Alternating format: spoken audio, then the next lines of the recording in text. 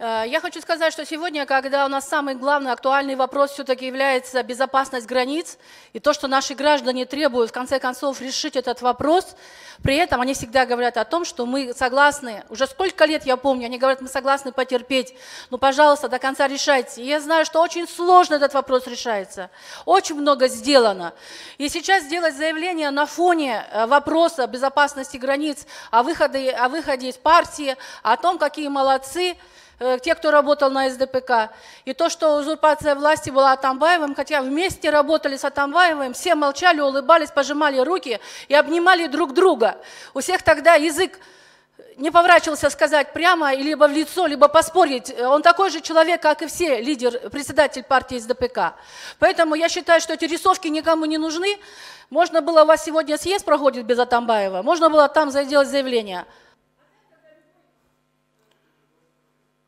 Ирина Юрьевна, по процедурной. Не, это я ставил на голосование, это решили палата. Ирина Юрьевна, по тему, пожалуйста. По тему, если нет, тогда я отключаю микрофон. Ну, ясное дело, куда тебе деваться без вас.